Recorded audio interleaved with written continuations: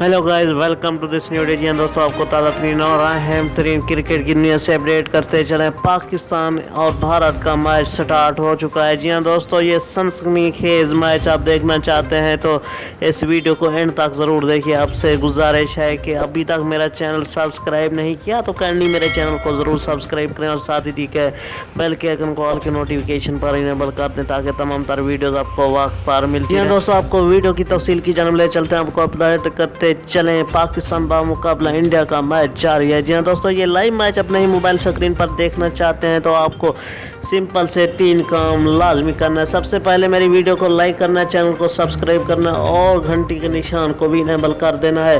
जी हाँ दोस्तों, आपको अपडेट करते चलें। अगर आप ये लाइव मुकाबला देखना चाहते हैं तो सबसे पहले आपने तमाशा ऐप या दराज ऐप इंस्टॉल कर लेनी है। फ्री फुल HD लाइव मुकाबला अपने मोबाइल पर देख सकते हैं। थैंक्स।